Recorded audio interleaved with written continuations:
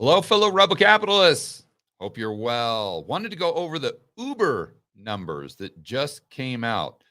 Not necessarily because I care about the share price of Uber, although I find it kind of interesting.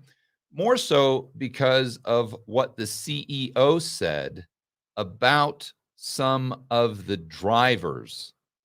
I think this is going to give you an incredible insight as to what's happening beneath the surface in the US economy and how likely it is that we see a significant recession in 2023. Let's go right over to CNBC. Title of this story: Uber beats estimates and the stock is up. Okay. I don't really even want to go through the key talking points because it doesn't really matter. That's not what I'm interested in. Although I will point out, I actually read this a couple paragraphs in here, and this is something that I think will completely blow your mind. And I may have this wrong.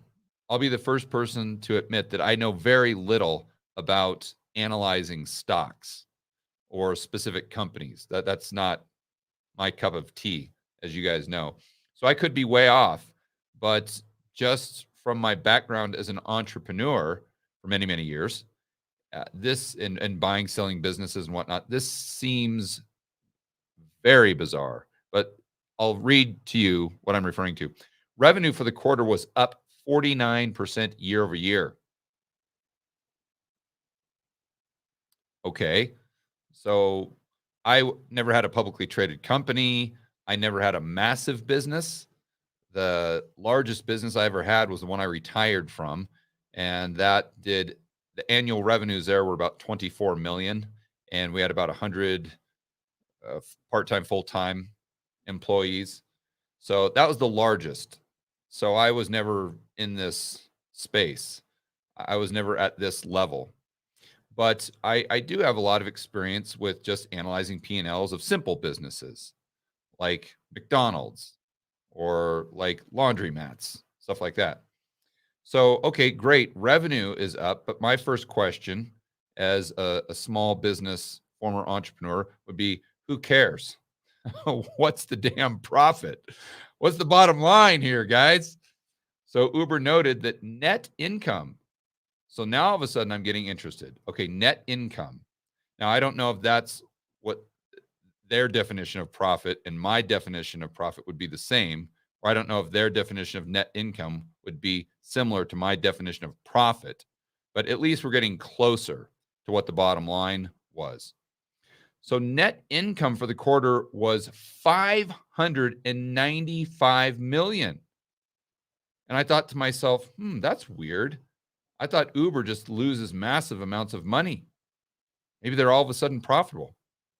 But then they say, of which 756 million was a net benefit due to unrealized gains on equity investments. So, Josh, help me out with this one. If I'm reading this correctly, what happened is they probably took some of their shares, they sold them, or when they went public, they took some of that money, and instead of investing in their business, they invested in other people's businesses. Maybe they bought shares in Zoom. Maybe they bought shares in Tesla. Who knows? Maybe they did some investments in private equity or angel investing funds in Silicon Valley. And this quarter, they decided to go ahead and cash in. So because of these investments in other companies, not their company, they had a $756 million profit. But then when you take that and put it on the balance sheet of Uber, it turns into a $595 million profit, which would lead me to believe that Uber lost 70 million. And they're saying somehow that that's a $595 million profit. Am I reading this right, Josh? I don't even know how that's possible. Well, I know how it's possible. Basically, this is what's happening, if I'm correct. And guys, if I'm not, let me know in the chat and in the comments. I'm sure a lot of you are way better at analyzing specific stocks than I am and reading quarterly reports and whatnot. But just pretend that you have a home business and you're losing, let's say, $10,000 a month. Your business is bleeding money. Or let's say you've got a nail salon or a little restaurant or something like that. So your business is losing $10,000 a month. But at the beginning of your business, you took some of your initial capital that you should have put into the business and you bought Bitcoin with it. And you said, well, that's a business investment. And then when the Bitcoin goes up in value, you sell it. And then you go to business buyers and you say, hey, guys, you should buy my business for, let's say, $1 million because look at all this profit we made. When your business is actually losing money, the only profit came from the fact you got lucky by buying Dogecoin or something like that. It was some of the initial seed capital that should have got into the business. And somehow this is a positive for the underlying business. To me, this seems like this is a joke. I mean, this is like an admission that you suck and that your business is horrible. Ah, geez. Maybe I'm wrong. So they go through here and CNBC just focuses on revenue growth. And I'm like, okay, well, why aren't we talking about profit? Because I thought that's what matters. And then I went over to Yahoo. I'm like, well, let me just look at Uber real quick here. Maybe their revenue growth means they're making more money. Wrong. In fact, some years when their revenue growth goes up, like from 2018 to 2019, revenue growth went up by, call it, 3 billion. But yet their earnings went from $1 billion down to -8. So I don't know about you, but I don't like that type of revenue growth. Maybe I'm crazy. Anyway, let's get back to the bottom line. Down at the end of the story, the CEO gave some insider intel that I think is very telling. So they asked him specifically about consumer weakness. And he said, well, we're not seeing too many signs of consumer weakness at this point. He said, however, I'm assuming this is the CEO, this is a representative of Uber, said about 70% of the drivers are saying that inflation is a factor in their decision to come on to the Uber platform. Now, let me remind you, just last Friday, we had a blowout jobs number. And Jerome Powell, in his interview yesterday, which I'll probably do a video on today, said, hey, the economy's great. It's fantastic.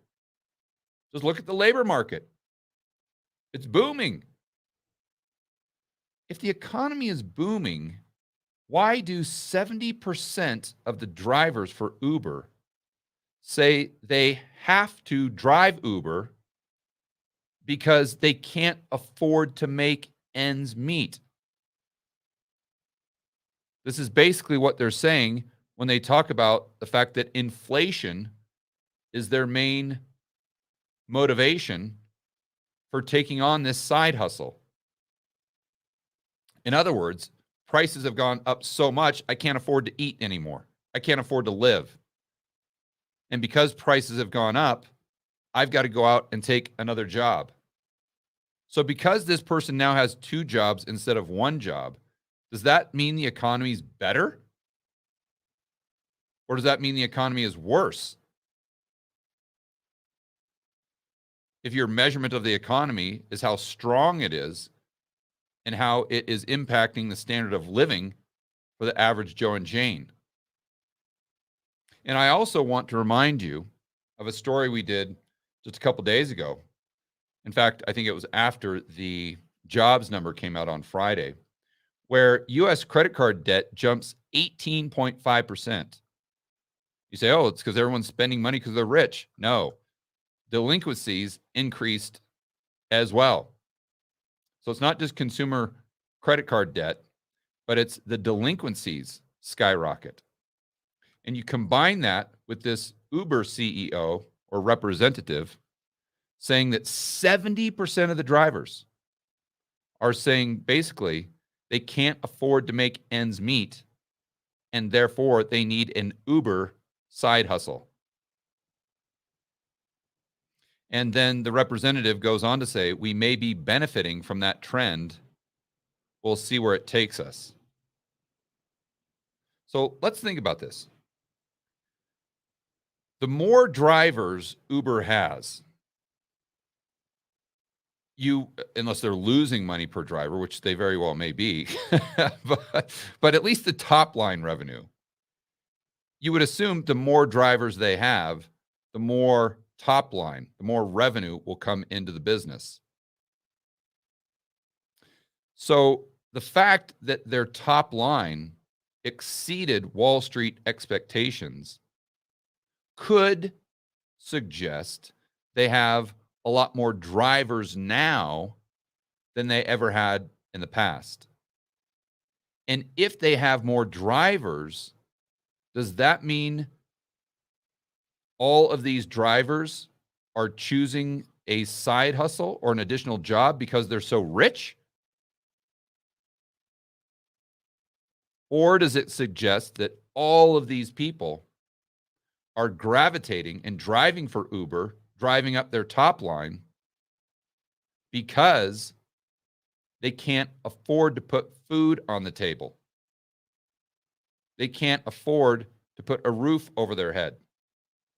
They're getting squeezed. And this is their last option.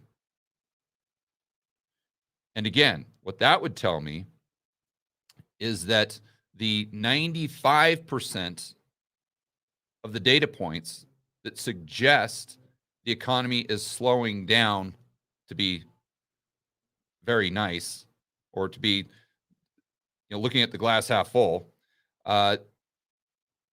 most people would say the economy could already be in a recession. So you got 95% of the data points would suggest that, where 5% of the data points focusing on the labor market, employment, would suggest the economy's on fire.